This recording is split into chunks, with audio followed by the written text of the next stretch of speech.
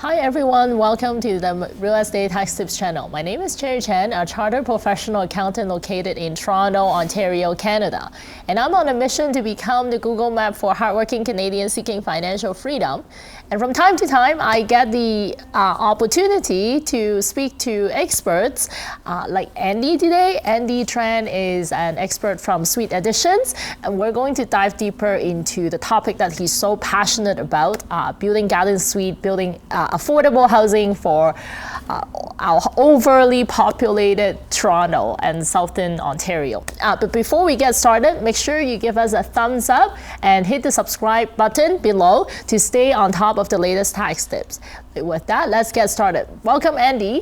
Thanks for having me. I'll let you introduce yourself. Okay, awesome. Hi everyone, my name is Andy Tran. I operate a company called Suite Additions, where we're focusing on providing resources and helping homeowners and investors create additional suites, basically create more housing and just generate wealth for themselves and help with this population crisis and this housing crisis that Cherry mentioned earlier here in Southern Ontario and GTA. Yeah, so tell me why are you so passionate about educating the not just Ontarians, but also Canadians about putting more density into our housing market? Right. Well, I mean, I just see it as a very obvious opportunity for folks to really solve two problems, right? One is what we talked about, the affordable housing problem. So a lot of small investors, a lot of homeowners, they have the opportunity right now to create additional housing in the form of suites, right? So that is a very obvious problem that we're facing that everyone can contribute to. And then also the key thing is that doing that allows you to create wealth for yourself, right? So creating wealth for your family. And to me, it makes a lot of sense. It's something that I've done for myself, my own family, and it's something that I want to share with as many people who are basically willing to listen and willing to go through that process as well. Okay, how did you do that for yourself? What's your situation? Andy has been a longtime friend of mine, so I know everything, or to the extent that I know. But why? What have you done? Sure. Yeah. So maybe I'll kind of go a little bit into my background and the background that I have in terms of my education and what led me down this path. So I went to school for architecture at Ryerson, and nice. Coming out of that, I didn't really see the opportunities that I at that time. I didn't see the opportunities that I see now. But a lot has changed, obviously, in the real estate market, in the economy, and in terms of the overall demographics, right? Doing home inspections for a while, even though I took design and architecture. And through that process, I actually learned a lot more about houses.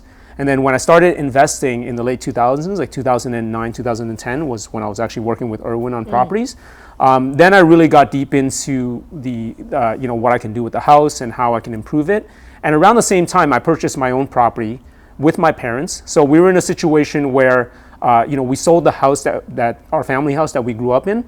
And my parents were entering retirement age, and we were deciding, are they going to purchase, let's say, a condo or something that they're going to retire in?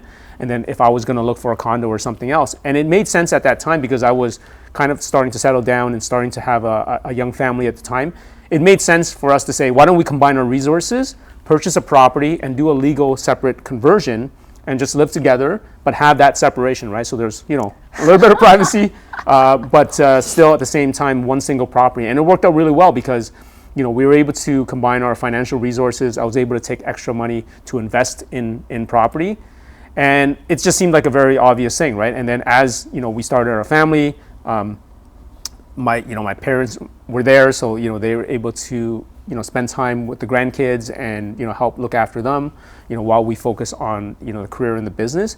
And I just see this as something that can benefit a lot of people, right? It may not necessarily be like the same dynamic where it's myself and my parents. It could be something where there's a grown child or there could be siblings.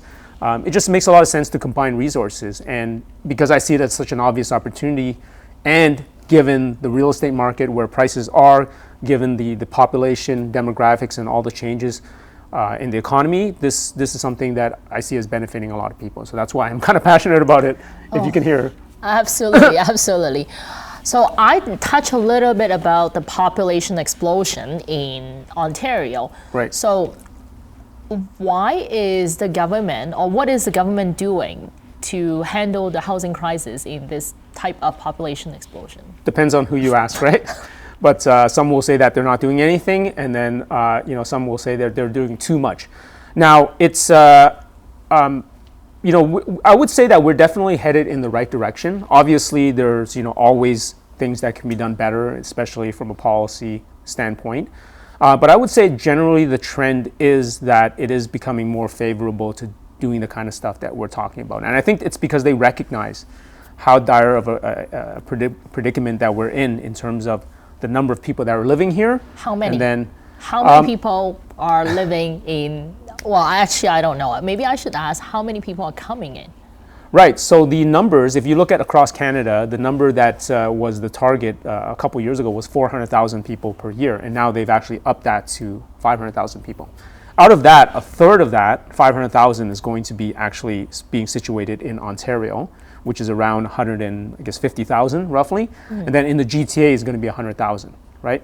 And that's just citizens and permanent residents. That doesn't include folks that are on student visas or work visas. I know a lot of universities and colleges, they have mandates to kind of bring in a certain number of people, but there's no communication between those institutions and the various levels of the government, whether it's municipal, provincial, or federal, how they're going to house those people, right? And so, there's really a huge demand issue and not enough supply. Like even with the market now being down, there's a very limited supply of housing that's available, right?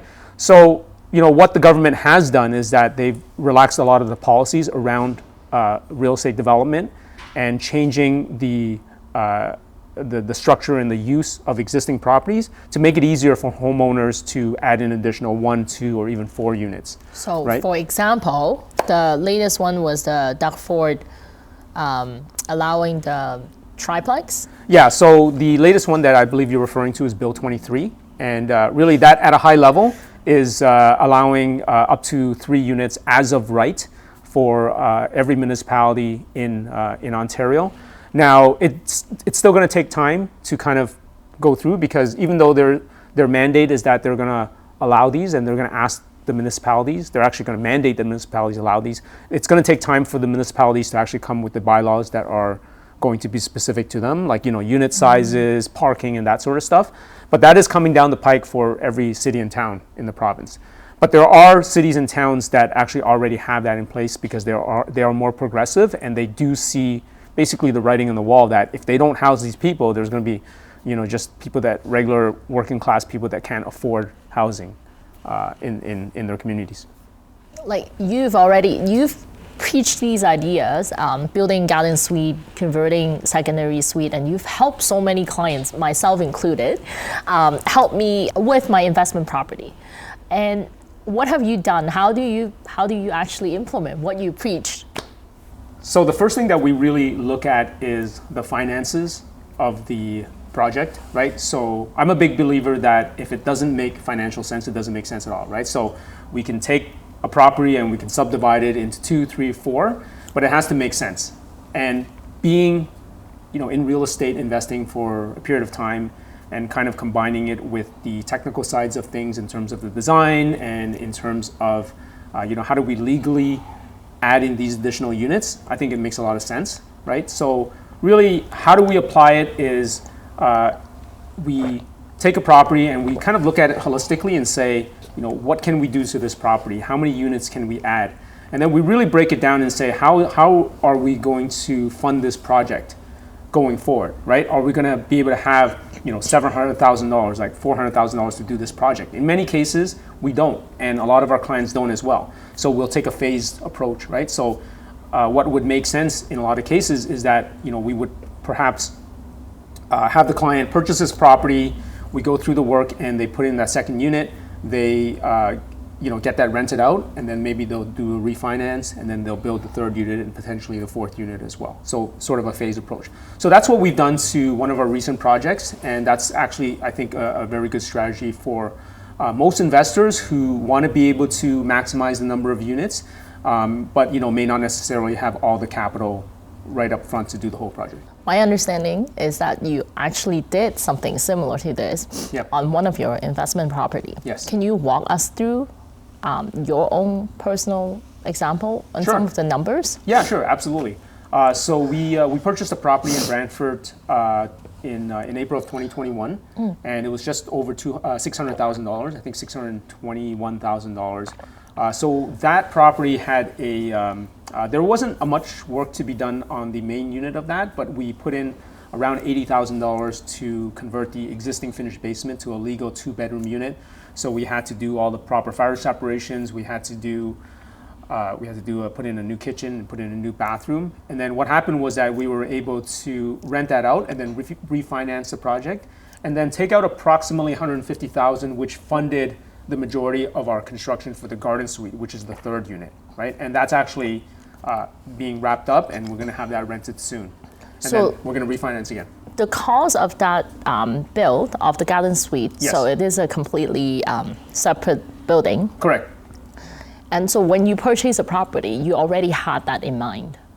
Yes, yeah, absolutely. And that was something that attracted us to that property because it had a very wide lot, and it was relatively deep as well, so that we were able to comfortably fit a unit in there, get all the construction equipment that was necessary to build this thing.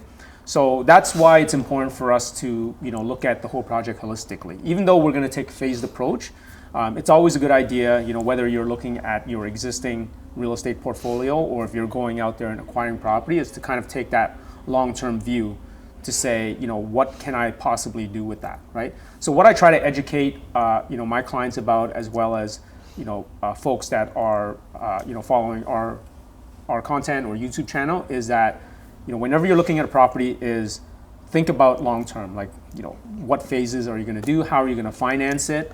And what can be done? How can you extract some of those funds out to do the next project?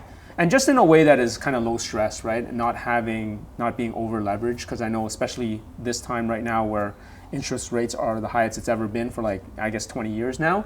A lot of people are struggling with being over leveraged, right? So we want to do everything in a manner that is not going to be over leveraged for people.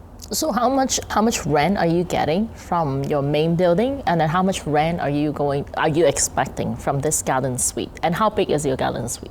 Sure. So to answer your first question, the amount of rent that we're obtaining for the main unit of the bungalow and then the basement, it's just under $4,000 plus utilities. Oh, it's wow. like $3,950 plus utilities.